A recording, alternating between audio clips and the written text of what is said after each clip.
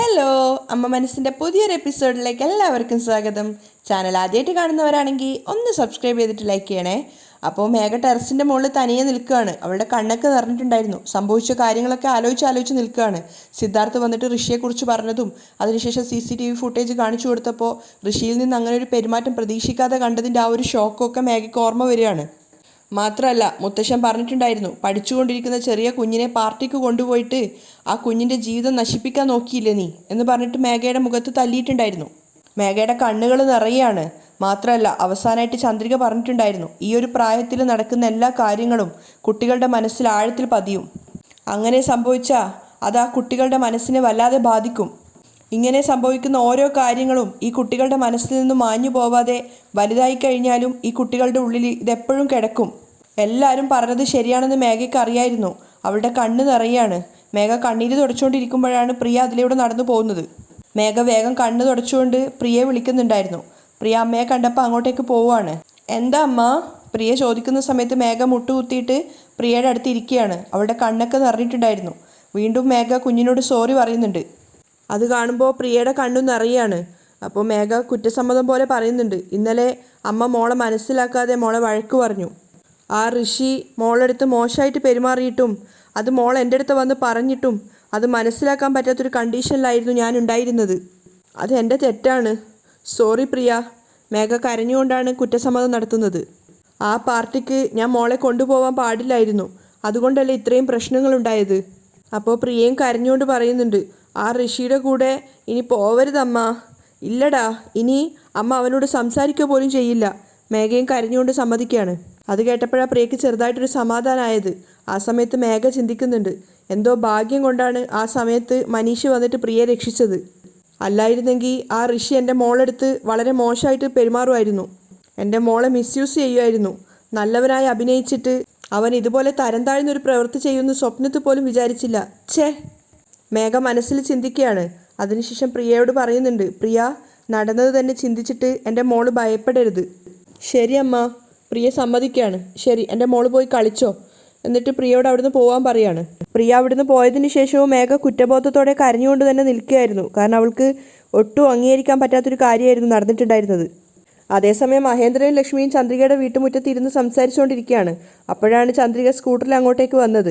അവളുടെ കയ്യിലൊരു പൊതിയുണ്ടായിരുന്നു. എന്താണെന്ന് ചോദിക്കുന്ന സമയത്ത് കുറച്ച് ചെടികളുടെ തൈയൊക്കെ ആയിരുന്നു അത്. അതെന്തൊക്കെയാണെന്ന് മഹേന്ദ്രനോട് ലക്ഷ്മിയോട് പറയുകയാണ്. മുല്ലപ്പൂവിൻ്റെയും ജമന്തിപ്പൂവിൻ്റെയും റോസ് പൂവിൻ്റെയൊക്കെ ചെടിയാണ്. അപ്പോൾ ഇതെന്തിനാണ് വാങ്ങിച്ചതെന്ന് ചോദിക്കുന്ന സമയത്ത് മലറിന് ഇങ്ങനെയുള്ള പൂവുകളൊക്കെ ഇഷ്ടമാണ്. ഇതൊക്കെ നട്ട് വളർന്നു കഴിഞ്ഞാൽ മലറിൻ്റെ തലയിൽ വെച്ചു കൊടുക്കാമല്ലോ, അതുകൊണ്ട് വാങ്ങിച്ചതാണെന്നൊക്കെ ചന്ദ്രിക പറയുന്നുണ്ട്. അപ്പോൾ മഹേന്ദ്രൻ ലക്ഷ്മിയോട് പറയാണ്, കണ്ടില്ലേ ലക്ഷ്മി, മോക്ക് വേണ്ടി നോക്കി നോക്കി ഓരോന്ന് വാങ്ങിച്ചിട്ട് വന്നിരിക്കുക. അതെ ഏട്ടാ, മലരാണല്ലോ അവളുടെ ജീവിതം. അപ്പോഴേക്കും സിദ്ധു അങ്ങോട്ടേക്ക് വന്നിട്ടുണ്ടായിരുന്നു. എന്താ ചന്ദ്രിക കയ്യിൽ? ഇതെന്താ ചെടിയൊക്കെ വാങ്ങിയിട്ട് വന്നിരിക്കുന്നത്? അപ്പോൾ ചന്ദ്രിക പറയുന്നുണ്ട്, ഇതൊക്കെ മലറിന് വേണ്ടി വാങ്ങിച്ചതാണ് സർ. അവൾക്ക് റോസാപ്പൂവ്, മുല്ലപ്പൂവ്, ജമന്തിപ്പൂ ഇതൊക്കെ ഒരുപാട് ഇഷ്ടമാണ്. നോക്കട്ടെ. സിദ്ധു അത് വാങ്ങിക്കുകയാണ്. അപ്പോൾ ചന്ദ്രിക പറയുന്നുണ്ട്, ഈ പൂവുകളൊക്കെ അവൾക്ക് ഇഷ്ടമാണ്, അതുകൊണ്ട് ഞാനിതൊക്കെ നടാൻ വേണ്ടി പോവാണ്. അപ്പോൾ സിദ്ധു പറയുന്നുണ്ട്, വേണ്ട, ഞാൻ പോയിട്ട് നടാം. ഏയ്, അതൊന്നും വേണ്ട. എന്തിനാ സർ നിങ്ങൾ ബുദ്ധിമുട്ടുന്നത്? ഞാൻ ചെയ്തോളാം. ഒരു പ്രശ്നവും ചന്ദ്രിക, ഞാൻ തന്നെ നട്ടോളാം എന്ന് പറഞ്ഞിട്ട് സിദ്ധു ആ ചെടിയും കൊണ്ട് പോവുകയാണ്. അവർ തമ്മിലുള്ള ആ ഒരു ഐക്യവും സ്നേഹവും കാണുന്ന സമയത്ത് മഹേന്ദ്രനും ലക്ഷ്മിയും പരസ്പരം മുഖത്തോട് മുഖം നോക്കി പുഞ്ചിരിക്കുകയാണ്. അതിനുശേഷം ചന്ദ്രിക അകത്ത് വന്നിട്ട് കഞ്ഞി ഉണ്ടാക്കുകയായിരുന്നു. അപ്പോൾ ഉഴുന്നിൻ്റെ കഞ്ഞിയാണ് ഉണ്ടാക്കുന്നത്. അതുണ്ടാക്കിയതിന് ശേഷം മഹേന്ദ്രനും ലക്ഷ്മിക്കും കൊണ്ടു കൊടുക്കുന്നുണ്ട്. അപ്പോൾ അവർ രണ്ടുപേരും ചന്ദ്രികയുടെ ഭക്ഷണത്തിനെ കുറിച്ച് പുകഴ്ത്തി സംസാരിക്കുകയാണ്. ചന്ദ്രിക എന്തുണ്ടാക്കിയാലും ഭയങ്കര കൈപ്പുണ്യാണെന്നൊക്കെ പറഞ്ഞിട്ട്. അതിനുശേഷം ചന്ദ്രികയോട് കഞ്ഞി കുടിക്കാൻ പറയുന്ന സമയത്ത് ചന്ദ്രിക പറയുന്നുണ്ട്, ഞാനിത് സിദ്ധു സാറിന് കൂടെ കൊണ്ടുകൊടുത്തിട്ട് വരാം. ഒരുപാട് നേരമായില്ലേ മുറ്റത്ത് നിൽക്കുന്നത്. ചന്ദ്രിക മുറ്റത്തെത്തിയപ്പോൾ സിദ്ധു ചെടി നടുന്ന തിരക്ക് തന്നെയാണ്. സാർ, ചെടിയൊക്കെ നട്ടുനിന്ന് കഴിഞ്ഞെന്നാണല്ലോ തോന്നുന്നത്. അതേ ചന്ദ്രിക, എങ്ങനെയുണ്ട് നട്ടത് നോക്ക്. അപ്പോൾ ചന്ദ്രിക പറയുന്നുണ്ട്, എല്ലാം നന്നായിട്ടുണ്ട്. അപ്പോഴാണ് സിദ്ധാർത്ഥിൻ്റെ വലത് കയ്യിൽ ഒരു മുറിവുണ്ടായിട്ട് കെട്ടിവെച്ചത് ചന്ദ്രിക കാണുന്നത്. അതെന്താ ചോദിക്കുന്ന സമയത്ത് സിദ്ധു പറയുന്നുണ്ട്, അത് മണ്ണിൽ ചെയ്യുന്ന സമയത്ത് ചെറുതായിട്ട് കൈയൊന്ന് മുറിഞ്ഞു, അങ്ങനെ കെട്ടിവെച്ചതാ, അല്ലാതെ വേറൊന്നുമില്ല. അപ്പോൾ ചന്ദ്രിക ടെൻഷനോട് പറയുന്നുണ്ട്, എന്താ സാർ ഇങ്ങനെ ചെറുതാക്കി പറയുന്നത്? വലിയ മുറിവാണോ? അപ്പോൾ സിദ്ധു ചിരിച്ചിട്ട് പറയാണ്, ഏയ്, നീ ഭയപ്പെടുന്ന പോലെ ഒന്നുമില്ല ചന്ദ്രിക, അത്രമാത്രം വലുതൊന്നുമല്ല, ചെറിയൊരു മുറിവേ ഉള്ളൂ. അപ്പോൾ ചന്ദ്രിക പറയുന്നുണ്ട്, ഇങ്ങനെയുള്ള ജോലിയൊന്നും ചെയ്തിട്ട് നിങ്ങൾക്ക് ശീലമില്ലല്ലോ, ഇതുകൊണ്ടാണ് ഞാൻ വേണ്ടാന്ന് പറഞ്ഞത്. പക്ഷെ നിങ്ങൾ കേട്ടതേയില്ല. അപ്പോൾ ചിരിച്ചുകൊണ്ട് സിദ്ധു പറയാണ്, ചന്ദ്രിക അങ്ങനെ ഇന്ന ജോലിയെ ചെയ്യാവൂ എന്നൊരു നിയമമൊന്നുമില്ല, എല്ലാ ജോലിയും ചെയ്ത് നമ്മൾ പഴകണം. ചന്ദ്രികയും പുഞ്ചിരിച്ചുകൊണ്ട് പറയാണ്, ശരി എന്നാൽ പിന്നെ ഉഴുന്ന് കഞ്ഞി ഞാൻ ഉണ്ടാക്കിയിട്ടുണ്ട്, ഇന്നാ ഇത് കുടിച്ചോ. അപ്പോൾ സിദ്ധു പറയുന്നുണ്ട്, അയ്യോ ചന്ദ്രിക ഇപ്പം എൻ്റെ കൈ ഞാൻ കെട്ടിവെച്ചിട്ടാണ് ഉള്ളത്, ഇപ്പം എന്തായാലും എന്നെ കൊണ്ട് ഒന്നും കഴിക്കാൻ പറ്റില്ല. നീ ഒരു കാര്യം ചെയ്യ്, കഞ്ഞി കൊണ്ടുപോയി വീട്ടിൽ വെക്ക്, ഞാൻ ഇതൊക്കെ കഴിഞ്ഞതിന് ശേഷം കൈ കഴുകി വന്നിട്ട് കഞ്ഞി കുടിച്ചോളാം. അപ്പോഴേക്ക് ചൂട് ആറിപ്പോവും സാർ, ചൂടോടെ കുടിച്ചാലേ ഉഴുന്ന് കഞ്ഞി ടേസ്റ്റ് ഉണ്ടാവുള്ളൂ. ഓ അങ്ങനെയാണോ. ചന്ദ്രിക ഈ കയ്യിൽ മുറി പറ്റിയിട്ടാണുള്ളത്, ഈ കയ്യിലാണെങ്കിൽ മണ്ണുണ്ട്, ഞാൻ എങ്ങനെയാണ് കുടിക്കുക. അത് കേട്ടപ്പോൾ ചന്ദ്രിക പറയുന്നുണ്ട്, ശരി എങ്കിൽ പിന്നെ ഞാൻ നിങ്ങൾക്ക് വാരിത്തരാം. അത് കേട്ടത് സിദ്ധു അതിശയിച്ചു പോയിട്ടുണ്ടായിരുന്നു. അവൻ്റെ കയ്യിൽ അവിടെ ചെടിക്കൊഴിക്കാൻ വെച്ച ഒരു കപ്പ് വെള്ളം ഉണ്ടായിരുന്നു, അത് നിലത്ത് വീഴുകയാണ്. ചന്ദ്രികയുടെ മുഖത്ത് തെറിച്ചപ്പോൾ ചന്ദ്രിക സിദ്ധുവിനെ നോക്കുന്നുണ്ട്. സിദ്ധു അതിശയത്തോടെ ചോദിക്കുകയാണ്, സത്യമായിട്ടും? ആ അതിനു വേണ്ടിയാണല്ലോ നിങ്ങൾ നിങ്ങളുടെ കയ്യിൽ മുറിവാക്കിയത്, അതുകൊണ്ട് ഞാൻ വാരിത്തരാം. അതും പറഞ്ഞിട്ട് ചന്ദ്രിക സ്പൂണിൽ കഞ്ഞി കോരിയിട്ട് സിദ്ധുവിൻ്റെ നേരെ നീട്ടുകയാണ്. സിദ്ധു വായി തുറന്ന് കഞ്ഞി വാങ്ങിക്കുന്നുണ്ട്. അവനതൊട്ടും പ്രതീക്ഷിച്ചിട്ടുണ്ടായിരുന്നില്ല. ചന്ദ്രികയാണെങ്കിൽ കഞ്ഞി ചൂടുള്ളത് കൊണ്ട് ഊതി ഊതിയാണ് കൊടുക്കുന്നത്. അപ്പോൾ സിദ്ധു പ്രണയത്തോടെ ചന്ദ്രികയെ തന്നെ നോക്കുന്നുണ്ട്. മാത്രമല്ല അവൻ ചോദിക്കുന്നുണ്ട്, ചന്ദ്രിക എൻ്റെ കൈക്ക് ഇതുപോലെ മുറിവൊക്കെ പറ്റിക്കഴിഞ്ഞാൽ എനിക്കിതുപോലെ ഭക്ഷണം വാരിത്തരുമോ? തീർച്ചയായിട്ടും സാർ. അങ്ങനെയാണെങ്കിൽ ഇനി ഇടയ്ക്കിടയ്ക്ക് എൻ്റെ കൈ ഇങ്ങനെ മുറിവുണ്ടാക്കേണ്ടി വരുന്ന തോന്നുന്നേ. എന്തിനാ സാർ? അപ്പോൾ സിദ്ധു ചിരിച്ചിട്ട് പറയാണ്, അപ്പോഴല്ലേ നീ ദിവസം എനിക്ക് ഭക്ഷണം വാരിത്തരുള്ളൂ, എപ്പോഴും നിങ്ങൾക്ക് തമാശയാണ് എന്ന് പറഞ്ഞുകൊണ്ട് ചന്ദ്രിക വീണ്ടും കഞ്ഞി കോരി കൊടുക്കുകയാണ്. എന്നിട്ട് ചോദിക്കുന്നുണ്ട്, കഞ്ഞി എങ്ങനെയുണ്ട് സാർ? പറയാൻ എന്താ ഉള്ളത്, സൂപ്പറായിട്ടുണ്ട് സിദ്ധു പറയുന്നുണ്ട്. ജീവിതത്തിൽ ഇതുപോലൊരു വെറൈറ്റി ഞാൻ കഴിച്ചിട്ടേ ഇല്ല, പോരെ, റിയലി സൂപ്പർ. അപ്പോൾ ചന്ദ്രികയും പുഞ്ചിരിച്ചുകൊണ്ട് വീണ്ടും വീണ്ടും സിദ്ധുവിന് കഞ്ഞി കോരി കൊടുക്കുന്നുണ്ടായിരുന്നു. ആ സമയത്ത് സിദ്ധുവിൻ്റെ ചുണ്ടിൻ്റെ അടുത്ത് ചെറുതായിട്ട് പുറത്തേക്ക് കഞ്ഞിയായിട്ടുണ്ടായിരുന്നു.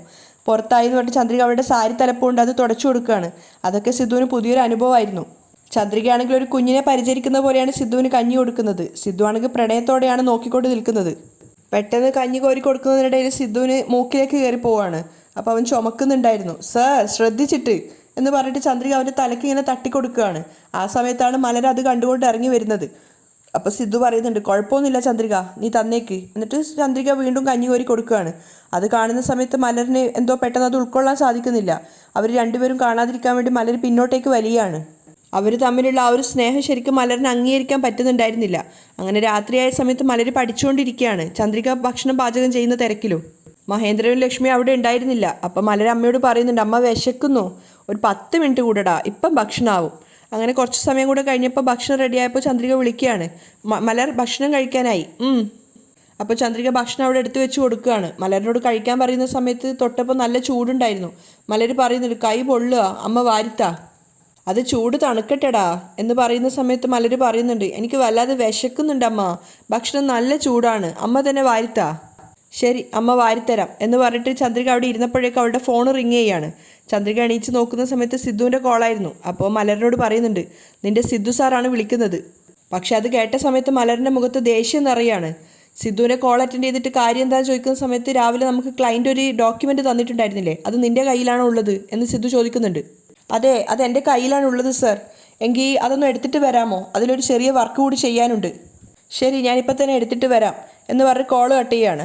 അതിനുശേഷം മലറിനോട് പറയുന്നുണ്ട്, മലർ മോള് തന്നെ ഭക്ഷണം എടുത്ത് കഴിക്കിട്ടോ, അമ്മ ഇത് സിദ്ധു സാറിന് കൊടുത്തിട്ട് വരാം. അപ്പോൾ മലർ വീണ്ടും പറയുന്നുണ്ട്, ഡോക്യുമെൻ്റ് പിന്നെ കൊടുക്കാം അമ്മ, എനിക്ക് ആദ്യം ഭക്ഷണം വാരിത്താ. ഇല്ലടാ, സിദ്ധു സാറ് ഡോക്യുമെൻ്റ് പെട്ടെന്ന് തന്നെ എടുത്തിട്ട് കൊണ്ടു കൊടുക്കാൻ പറഞ്ഞിട്ടുണ്ട്. അമ്മ ഇത് കൊണ്ടുപോയി കൊടുത്തിട്ട് വേഗം വരാം, എൻ്റെ മോള് കഴിക്കിട്ടോ എന്ന് പറഞ്ഞിട്ട് ചന്ദ്രിക ഡോക്യുമെൻറ്റും കൊണ്ട് പോവാണ്. ചന്ദ്രിക അവിടുന്ന് പോയ സമയത്ത് മലറിന് ഓർമ്മ വരുന്നത് രാവിലെ സിദ്ധുവിന് കഞ്ഞി കോരി കൊടുക്കുന്ന ചന്ദ്രികയുടെ ആ ഒരു ഇതാണ്. അപ്പോൾ തനിക്ക് വാരിത്തരില്ല, സിദ്ധുവിന് മാത്രമേ കൊടുക്കുള്ളൂ എന്നൊക്കെ ആ കുട്ടിയുടെ മനസ്സിൽ തോന്നുകയാണ്. അപ്പോൾ അവൾ ദേഷ്യത്തോടെ ഭക്ഷണം നീക്കിയിട്ട് ഒറ്റയ്ക്ക് പറയുന്നുണ്ട്, എനിക്ക് ഭക്ഷണമൊന്നും വേണ്ട. എന്നിട്ട് ഒറ്റയ്ക്ക് ഇരുന്ന് കരയുകയാണ്. കുറച്ച് സമയം കഴിഞ്ഞപ്പോഴേക്കും മഹേന്ദ്രനും ലക്ഷ്മി അങ്ങോട്ടേക്ക് വന്നിട്ടുണ്ടായിരുന്നു. കുഞ്ഞ് കരയുന്ന കണ്ടപ്പോൾ മഹേന്ദ്രൻ ചോദിക്കുന്നുണ്ട്, ഏയ് മലർ, മോൾ എന്തിനാ കരയുന്നത്? ഭക്ഷണം മുന്നിൽ വെച്ചിട്ടാണല്ലോ കരയുന്നത്, എന്തിനാ മോള് കരയുന്നത്? അമ്മ മോളെ വഴക്ക് പറഞ്ഞോ? മലർ ഒന്നും പറയാതെ വീണ്ടും വീണ്ടും കരയാണ്. അപ്പോൾ മഹേന്ദ്രൻ ലക്ഷ്മിയോട് ചോദിക്കുന്നുണ്ട്, മലറിന് ഭക്ഷണം എടുത്തു കൊടുത്തിട്ട് ചന്ദ്രിക എവിടെ പോയതാ? സിദ്ധു എന്തെങ്കിലും ജോലി കൊടുത്തിട്ടുണ്ടാവും, അതിന് പോയതായിരിക്കും. അപ്പോൾ മഹേന്ദ്രൻ മലറിനോട് ചോദിക്കുന്നുണ്ട്, മലർ മോൾ എന്താ ഭക്ഷണം കഴിക്കാത്തത്? എനിക്ക് ഭക്ഷണം വേണ്ട, മലർ വാശിയോടെ പറയാണ്. അപ്പോൾ ലക്ഷ്മി പറയുന്നുണ്ട്, അങ്ങനെയൊന്നും പറയരുത്, അമ്മ വന്ന വഴക്ക് പറയും, ഭക്ഷണം കഴിക്കടാ. അപ്പം മലർ വാശിയോടെ പറയാണ്, അമ്മ വാരിത്തന്നാൽ മാത്രമേ ഞാൻ കഴിക്കുള്ളൂ, അല്ലെങ്കിൽ ഞാൻ കഴിക്കില്ല. അമ്മ ജോലിയുള്ളത് കൊണ്ട് പോയതല്ലേ, ഞാൻ മോക്ക് വാരിത്തരട്ടെ. ലക്ഷ്മി ചോദിച്ചപ്പോൾ മലര് വാശിയോടെ പറയാണ്, വേണ്ട, എനിക്ക് മുത്തശ്ശി വാരിത്തരണ്ട. മലരിൻ്റെ ആ ഒരു വാശി കാണുന്ന സമയത്ത് മഹേന്ദ്രനും ലക്ഷ്മിക്കും ഒന്നും മനസ്സിലാവുന്നില്ല. മലര് ദേഷ്യത്തോടെ പറയുന്നുണ്ട്, എനിക്ക് ഭക്ഷണം തന്നെ വേണ്ട എന്നും പറഞ്ഞിട്ട് അവിടുന്ന് എഴുന്നേറ്റ് പോവാണ്. പുറത്തു പോയി സ്റ്റെപ്പിലിരുന്നിട്ട് ഒറ്റയ്ക്ക് കരയാണ്. അപ്പോൾ മഹേന്ദ്രനോട് ലക്ഷ്മി പറയുന്നുണ്ട്, ഇതെന്താ മലര് വാശി പിടിക്കുന്നത്? മുൻപൊക്കെ ഞാൻ വാരിക്കൊടുത്താൽ കഴിക്കാറുണ്ടായിരുന്നല്ലോ, ഇതെന്താ ഇപ്പോൾ ചന്ദ്രിക തന്നെ വാരിക്കൊടുക്കണമെന്ന് വാശി പിടിക്കുന്നത്? അപ്പോൾ മഹേന്ദ്രൻ പറയുന്നുണ്ട്, ചെറിയ കുട്ടിയല്ലേ, ഇടയ്ക്കിടയ്ക്ക് ഓരോരോ മൂഡായിരിക്കും, ചന്ദ്രിക വരട്ടെ. അപ്പോൾ ചന്ദ്രിക വരുന്ന സമയത്ത് കാണുന്നത് മലർ അവിടെ ഇരുന്ന് കരയുന്നതാണ്. അപ്പോൾ മലറിനോട് ചോദിക്കുന്നുണ്ട്, എന്താ മലർ, മോൾ എന്തിനാ കരയുന്നത്? അപ്പോഴേക്കും മഹേന്ദ്രനും ലക്ഷ്മി അങ്ങോട്ടേക്ക് വന്നിട്ട് ചന്ദ്രികയോട് പറയുന്നുണ്ട്, ഞങ്ങളും അത് തന്നെയാണ് ചോദിച്ചത്, പക്ഷേ ഒന്നും തിരിച്ച് മറുപടി പറയാതെ കരഞ്ഞുകൊണ്ടിരിക്കുകയാണ്. എന്തിന്? ഭക്ഷണം പോലും കഴിച്ചിട്ടില്ല. എന്താ മലർ ഭക്ഷണം കഴിക്കാതിരുന്നത്? ചന്ദ്രിക ചോദിക്കുകയാണ്. എനിക്ക് ഭക്ഷണം ഇഷ്ടപ്പെട്ടില്ല, മലർ പറയുന്നുണ്ട്. നീയല്ലേ വിശക്കുന്നെന്ന് പറഞ്ഞത്? അപ്പം മലർ കരഞ്ഞുകൊണ്ട് പറയുന്നുണ്ട്, അമ്മ എന്താ എനിക്ക് വാരിത്തരാത്തത്? അമ്മയ്ക്ക് ജോലി വന്നത് കൊണ്ടല്ലേടാ അമ്മ വേഗം പോയത്. അതിനാണോ ദേഷ്യപ്പെട്ട് ഭക്ഷണം കഴിക്കാതിരിക്കുന്നത്? ശരി, അമ്മയുടെ മോള് വാ, അമ്മ ഭക്ഷണം വാരിത്തരാലോ. എനിക്കൊന്നും വേണ്ട, അമ്മ പോ. അപ്പോൾ ചന്ദ്രിക പറയുന്നുണ്ട്, ഇങ്ങനെ വാശി പിടിക്കരുത്, അമ്മ വാരിത്തരാന്ന് പറഞ്ഞില്ലേ, വാ മോള് വാ. എനിക്ക് വേണ്ട, മലർ വീണ്ടും പറയുന്നുണ്ട്. അപ്പോൾ ലക്ഷ്മി പറയാണ്, മലർ, അമ്മ മോളെ വിളിക്കുന്ന കേട്ടില്ലേ, ഇനി ഇങ്ങനെ വാശി പിടിക്കരുത്, പോയി കഴിക്ക്. മുത്തശ്ശിയും കൂടെ പറഞ്ഞു കേട്ടപ്പോൾ മലർ എഴുന്നേറ്റ് ചന്ദ്രികയുടെ കൂടെ പോവുകയാണ്. അങ്ങനെ ചന്ദ്രിക മലറിന് ഭക്ഷണം വാരി കൊടുക്കുന്നുണ്ട്. ഭക്ഷണം കഴിക്കുന്നതിനിടയ്ക്ക് മലർ ചന്ദ്രികയോട് പറയുന്നുണ്ട്, അമ്മ ഇപ്പോൾ പഴയതുപോലെയല്ല, അമ്മ ഒരുപാട് മാറി. എന്താടാ അങ്ങനെയൊക്കെ പറയുന്നത്? ചന്ദ്രിക ചോദിക്കുന്നുണ്ട്. അപ്പോൾ മലർ സങ്കടത്തോടെ പറയാണ്, ഇപ്പം അമ്മേനോട് സംസാരിക്കാറ് പോലും ഇല്ല, എൻ്റെ കൂടെ കളിക്കാനും വരാറില്ല, ഇപ്പം ആകെ ജോലി ജോലി എന്നുള്ള ചിന്ത മാത്രമേ അമ്മയ്ക്കുള്ളൂ, എപ്പോഴും സിദ്ധുവിൻ്റെ കൂടെ പോവുകയാണ്. അപ്പോൾ ചന്ദ്രിക പറയുന്നുണ്ട്, എന്താടാ അമ്മ ചെയ്യുക, തയ്ച്ച തുണികളെല്ലാം കത്തി നശിച്ചത് കൊണ്ട് ഒരുപാട് കടങ്ങളുണ്ടായി, ആ കടമൊക്കെ അടച്ച് തീർക്കണ്ടേടാ, അതുകൊണ്ട് അമ്മ ജോലി ജോലി എന്ന് പറഞ്ഞ് ഓടുന്നത്. മലറിന് മനസ്സിലാവുന്ന രീതിയിൽ ചന്ദ്രിക പറഞ്ഞു കൊടുക്കുകയാണ്. ആ കടമൊക്കെ തീർന്നു കഴിഞ്ഞാൽ അമ്മ പഴയതുപോലെ തന്നെ മോളുടെ കൂടെ സംസാരിച്ച് കളിച്ചൊക്കെ ചെയ്യാം കേട്ടോ. ശരി അമ്മ, ഇന്നാ കഴിക്ക് എന്ന് പറഞ്ഞിട്ട് വീണ്ടും ഭക്ഷണം കൊടുക്കുകയാണ്. പിന്നീട് മലരി കൂടുതലായിട്ടൊന്നും പറയാതെ വാങ്ങി കഴിക്കുന്നുണ്ട്. ആ സമയത്തൊക്കെ ചന്ദ്രിക സങ്കടത്തോടെ മകളെ നോക്കുകയാണ്. കുറച്ചു നേരം കഴിഞ്ഞപ്പോൾ മലരി ഭക്ഷണം മതി എന്ന് പറഞ്ഞിട്ട് എഴുന്നേൽക്കുകയാണ്. അതിനുശേഷം ഭക്ഷണം കഴിക്കാൻ വേണ്ടിയിട്ട് മഹേന്ദ്രനും ലക്ഷ്മിയും ചന്ദ്രികയെ വിളിക്കുകയാണ്. അവർ വന്നിട്ട് അവർക്ക് വിളമ്പിക്കൊടുക്കുന്ന സമയത്ത് മഹേന്ദ്രൻ ചന്ദ്രികയോട് പറയുന്നുണ്ട്, ചന്ദ്രിക, മലര് നിന്നെ വല്ലാതെ മിസ്സ് ചെയ്യുന്നുണ്ട് മോളെ, അതുകൊണ്ടാണ് അവളിങ്ങനെ വാശി പിടിക്കുന്നത്. അപ്പോൾ ചന്ദ്രികയും വിഷമത്തോടെ അച്ഛനോട് പറയുന്നുണ്ട്, അവൾ ചെറിയ കുട്ടിയല്ലേ അച്ഛാ, കുറച്ച് കഴിയുമ്പോൾ അവൾക്ക് കാര്യങ്ങളൊക്കെ മനസ്സിലായിക്കോളും. അപ്പോൾ ലക്ഷ്മിയും ചന്ദ്രികയോട് പറയുന്നുണ്ട്, മുൻപൊക്കെ ഞാൻ ഭക്ഷണം വാരിക്കൊടുത്താൽ അവൾ കഴിക്കുമായിരുന്നു, പക്ഷേ ഇപ്പം നീ വാരിക്കൊടുത്താലേ കഴിക്കുള്ളൂ എന്ന് അവൾ വാശി പിടിക്കുകയാണ്.